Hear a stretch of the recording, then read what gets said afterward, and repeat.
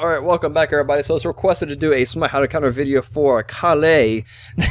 Now she has a brand new skin, or at least in this recording, so she may be picked up and played more often. The trophy on her skin, if you don't know what I'm talking about. So you may see a lot of predator looking girls running around. So some tips and tricks on how to counter Kale coming up here now. Let's go over her abilities real briefly in case if new players to Smite you don't know Kale or never played Kale, whatever the case may be. Starting with her passive. Her passive is most useful in Joust 1v1 rank queues, mainly because she's always going to have incredibly more amount of physical penetration over her targets, and her mark for death is always going to stay on you in 1v1, so that's a little unfortunate, but you're going to have to build some physical protections or some HP to help against all that penetration and burst damage from Kale. Now, in other game modes, to know where Kale is going, she's always, majority of the time, she's going to go for her target, especially if she's low on HP, she's going to go straight for her target every single time. And if she can't kill that target the first time, she's going to keep trying over and over. So that's where Kale is going to be in the team fights, is going for whoever is marked for death. So you can kind of use that for, in your advantage. Now, her lash, some people may think that it's instantly lifesteal as soon as you cast it onto somebody, but it's actually not. It's not. Let me actually go to Gold Fury to kind of demonstrate this. So let me get smacked up a little bit.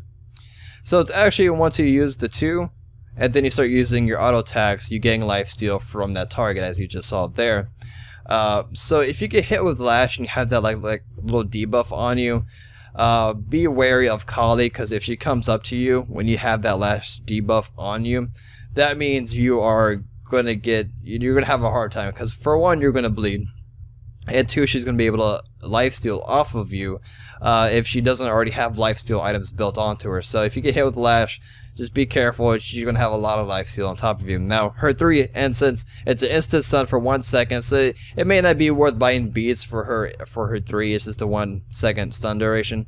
Maybe Magi's Blessing for just overall CC immunity that absorbs 1 CC. But some people may not know this, is after she stuns you with her 3, she has a physical power buff up to 50 points. So that's a lot at max rank. So just keep in mind, after you get stunned, you are going to get hit for harder, 50 points harder. And then finally, her ultimate. The main thing about her ultimate is, she can't be killed. If she's reduced to 1 HP, she goes back to 15% HP after the duration of her ultimate has ended. So one thing you can do is just keep on the damage on her, just keep the pressure on her for the entire 4 to 5 seconds on her ultimate. So as soon as she snaps out of the ultimate, she'll quickly die. Or you could place a damage over time effect or a bleed on her when she's in her ultimate. So as soon as she takes out of the ultimate, she's gonna have either dead, or she's gonna be either dead or be really close to death on as far as HP wise. So next, let's go into items real quickly. I don't know why I keep hitting K. Alright. So let's go over building physical protection and HP as a mage.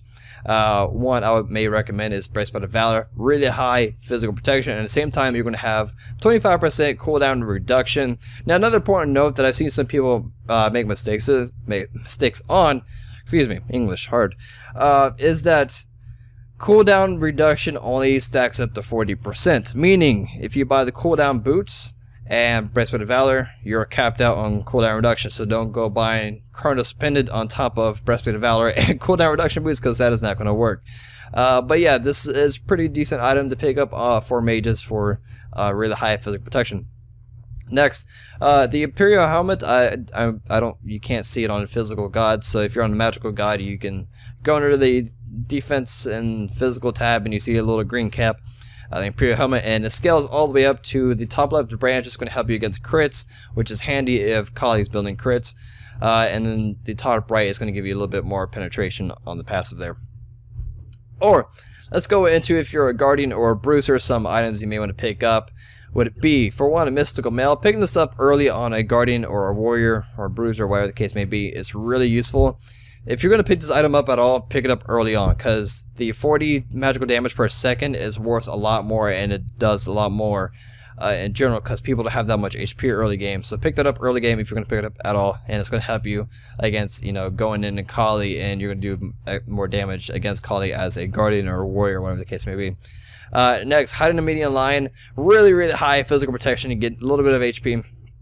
But that passive is going to help you a lot against assassins and hunters. It's going to reflect 40% of all, or 20% of all basic attack damage to the attacker as magical damage. Mid-Guardian Mail, it's not really picked up much at all. I sometimes pick it up because I kind of like the passive. It helps a lot if you're a Guardian and you're body blocking. If you're really good at body blocking, then you're going to have a good time with Mid-Guardian Mail, because there's by chance, if you're getting hit by a basic attack, it's going to reduce their movement speed by 30%, and also their attack speed by another 30%. So they're really not mobile. Their attack speed is slowed down, and it keeps stacking as long as the chance is there when you're getting basic attacked, from body blocking. So if you're good at body blocking as a Guardian, I would pick that up. Another thing, now Witchblade, the stats on it they don't really cater to all the gods, so this item itself is not really good for all gods. If you're Ares, you may want to pick this up because it is an aura item and you gain that passive of 30 magical power. But besides all that fun stuff, the aura on this is really nice to counter assassins and hunters, or anybody that revolves around high attack speed. As if you're within range, it will reduce their attack speed by 15% and physical power by 25 points. So that's a really good item to help counter against assassins and hunters. Like I said, this item doesn't really cater to all gods that well, so pick it up if it's useful for you. Then finally, actives. You can pick up, go to Creeper Curse, and in the top right, if you've been cursed, this is more for the Guardians, Warriors, Bruisers, the Initiators that go in. Pop this if you can, pop it on top of an assassin or whatever.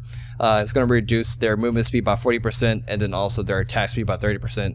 Because Kali kind of revolves around a little bit of a high attack speed, so anything that kind of shuts down attack speed is really great.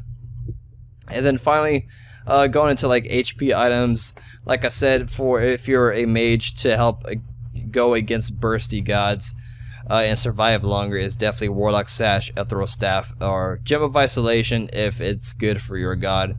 Things like that is always going to help you out. So that is going to wrap it up for the video. If you have any further questions, please let me know. I'll see you guys next time. Peace.